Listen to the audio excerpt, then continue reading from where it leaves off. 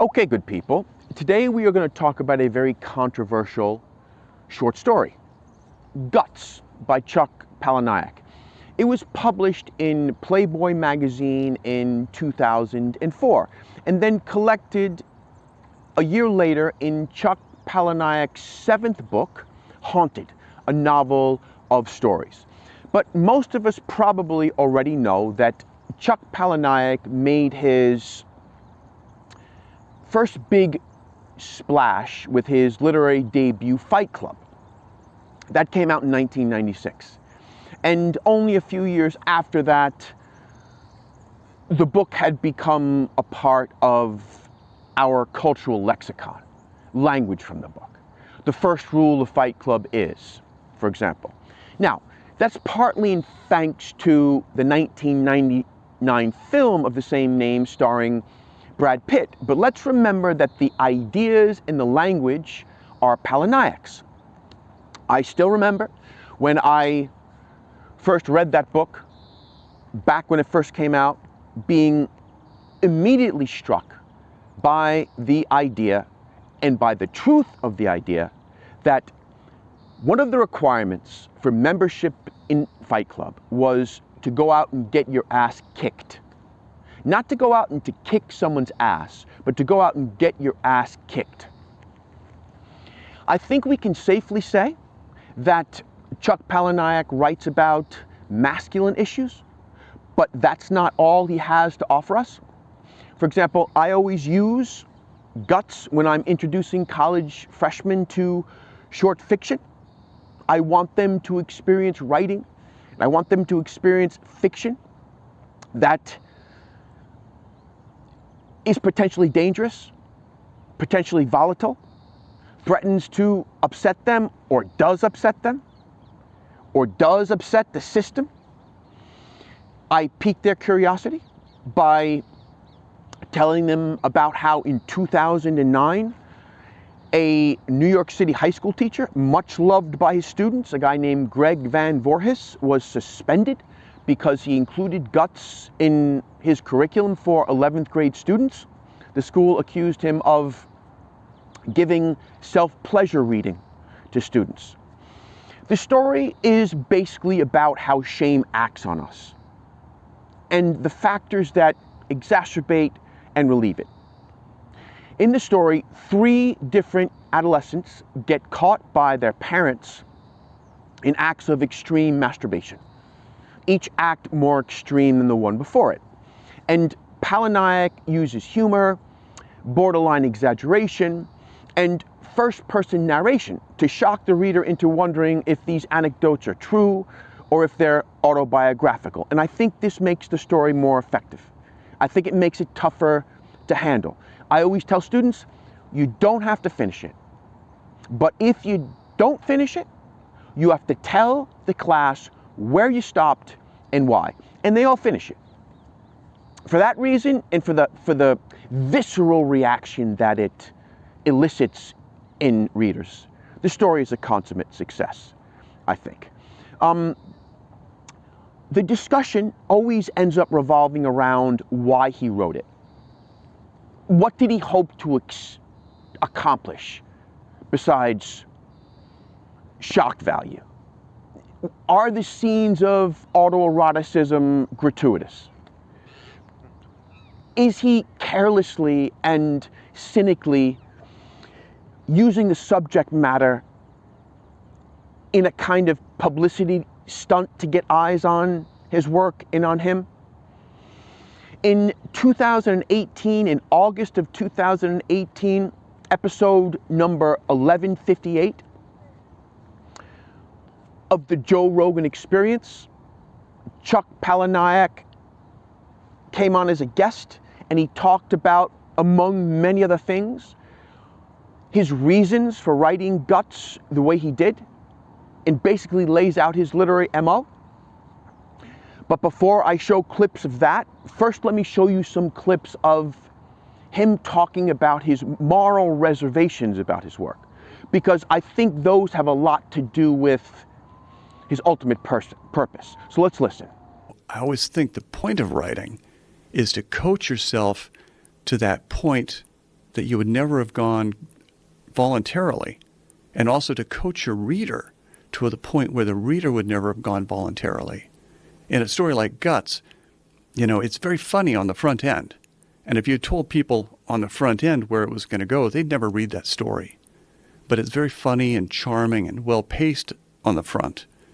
And then once people realize where it's going to go, they're already trapped. But in writing it, I'm also sort of springing the trap on myself, starting down a path that I have no idea is going to be so humiliating or so emotionally upsetting or so dark. Because if I did, I would never go down that path. Just the language that he uses is conflicted, right? He's coaching, positive term, readers so that he can spring a trap, negative term, on them. So does that mean that he's leading readers where they don't want to go but need to go, according to Palahniuk, in order to face the brutal truth, but would never get there without his writerly wiles and tricks? I mean, writing, to me, good writing, is a kind of form of manipulation because you're rearranging words and ideas to keep readers' interest so that they'll go where you want them to go.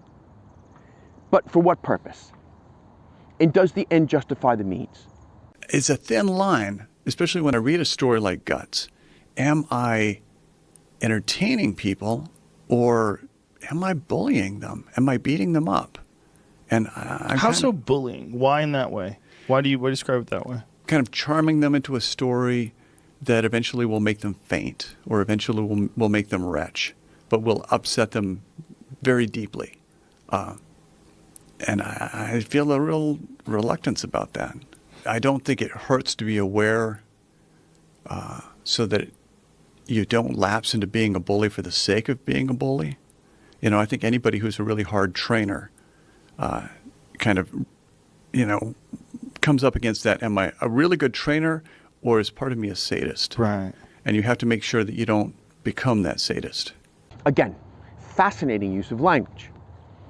Bully, sadist versus trainer. Bullying for the sake of bullying, obviously gratuitous. But a good trainer forces us to push the envelope, to go where we thought we couldn't. And perhaps we emerge wiser, or more prepared, or more ready to outdo ourselves. Turns out that Palahniuk has reservations not only on how he presents his material, but how he gets it, almost journalistically, by culling anecdotes from others. I've talked about this extensively in one of the other 2 videos that I've made for this Chuck Palahniuk on Writing playlist, but listen, you'll get the idea. Listen to what he says. Another thing is I'm really, really conflicted about the nature of my creativity. This idea that in journalism school, they call the theory seduce and betray, that when you go into an interview situation, your goal is to gain the trust of that person and to get them to reveal something very intimate that you're going to betray by revealing to the public. So you're basically going in there to charm them and then to hurt them. And so much of my creative process is that way because, for example, the Guts story, Mm-hmm. the story in which the guy puts the carrot up his butt, that was my best friend at the time, in like late 20s, and he got fantastically drunk, and he told me that carrot story, and I honestly believe he had never told anybody the carrot story. And I kept that story in my mind for, 10, 15, almost probably 20 years until I found a way to put it with 3 similar stories and make a larger piece out of it. And the first time I read that story, I hadn't seen him in maybe a couple of years, this friend. And I look across this big auditorium, and there he is. And I'm telling his carrot story in front of hundreds and hundreds of people. And the look on his face, he's just stricken. And he hasn't talked to me since. And this is why, even David. But did you use his name? No. Then fuck him. No, but What's wrong with him? People still feel betrayed. And Get over it. I tend to agree with Rogan on this. If you don't out the person, if you don't give details that could identify them or make them into involuntary public figures, then you're more or less good. Still, you are making a sacrifice for your writing. Basically, you are putting your work ahead of the preferences and shared secrets of loved ones. And these loved ones are going to feel betrayed, as Palahniuk says. And you, as the writer, are going to have to live with yourself. Let's return or re-listen to something from earlier. in writing it, I'm also sort of springing the trap on myself, starting down a path that I have no idea is going to be so humiliating or so emotionally upsetting or so dark. Because if I did, I would never go down that path. So, in addition to betraying trust and milking confidants for material, I think that Palahniuk is referring to another trap that he springs on himself, namely that by starting Guts off with such explicit material, his friends carried up the butt story. In order to develop that story further, in order to further up the ante, he has to delve into even deeper recesses of the human mind, has to wade into waters that he perhaps wouldn't wade into otherwise. And that can backfire on him. It can make him look like, as you'll see, or as he calls it, a degraded monster. Listen. I'm kind of seen as a safe person, kind of a degraded monster maybe, but as a degraded monster with no self-esteem whatsoever, they feel safe telling me these things because in a way they probably feel a little morally superior to me. Why do you think people would consider you a degraded monster? Because I can read a story like Guts that is so completely humiliating. Because as I read it, it's in the first person, so people more or less assume that it's my story, even though it's stories garnered from many different people. But the fact that I'm presenting it means that I'm the person that is losing face. And afterwards, people feel like they can risk losing face by telling me their story. That's very much like the Guts story. So to me, this is the brilliance of what Palahniuk does. He lowers himself, degrades himself, humiliates himself, to the point that readers think, well, maybe they're not so bad in comparison, or that they're not alone. And that's when the miracle occurs. That's when all those unsavory and questionable means result in a therapeutic and I think positive end. Palahniuk gets people spilling their guts. I tell a classic anecdote. After I had read the Guts story at an event, a woman came up, and she was a middle-aged woman. She was about my age. And she said, I really love that you read that story about how you got your anus prolapsed while masturbating in a swimming pool, which is not my story, but I'm the one that read it. So that's the one, I'm the one that they're picturing in this horrendous situation. And she says, since you can tell that story, I'm going to tell you a story. And she said how when she was 7 years old, she was in second grade, and she was in a little organization called the Brownies, which is a precursor to the Girl Scouts. You wear a brown dress, little brown hat, you get these little merit badges. And she said, one day I had a stomach ache, and my mom kept me home from school. And we had this heating pad. It must have been in the 1960s. And this heating pad had this vibrating function. And she put me face down on this heating pad on my stomach.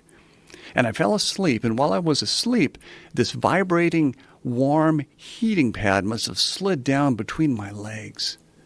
She says, because I woke up with the most amazing feeling, a feeling like I'd never felt before. Oh my God, it felt so good. And so next time it was my turn to host the brownies, I said, brownies, you've got to try this heating pad.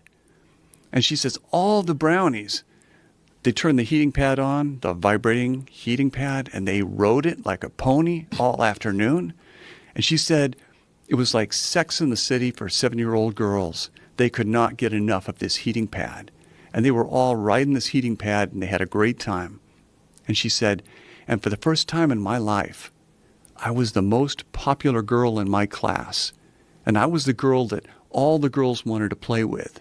And for every brownie troop meeting, it was at my house, and I was the leader until the day that my mother came home from work early.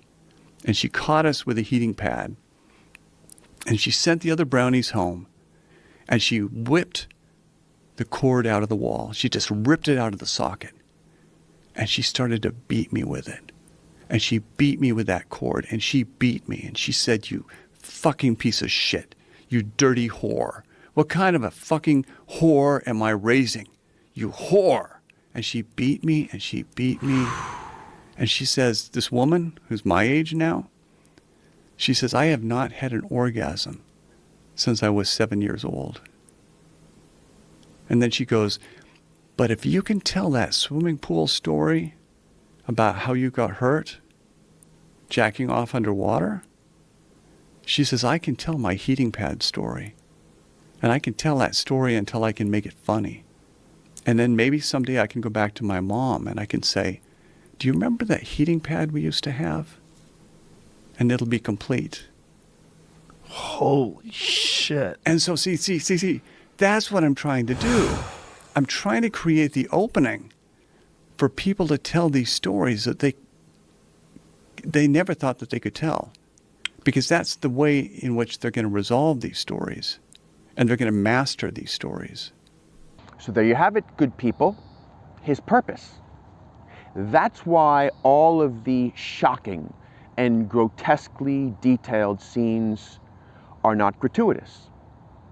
The story is elaborated to exorcise people's demons and to heal, specifically shame. Everything that Palahniuk says about his purpose as a writer is subtly woven into the story itself. You have to tease out that subtlety, but it's there. The story is just 3,300 words. If you haven't read it, you should at least try. Look, he's excessive. He's over the top. He tries to walk the line of believability and sometimes steps over it. But the story is sophisticated. I bet that Palahniuk's work, although it's dismissed as gimmicky and scatological by many of his contemporaries, I bet it outlasts most work. To me, Palahniuk is one of a kind. Anyway, thanks for watching, good people.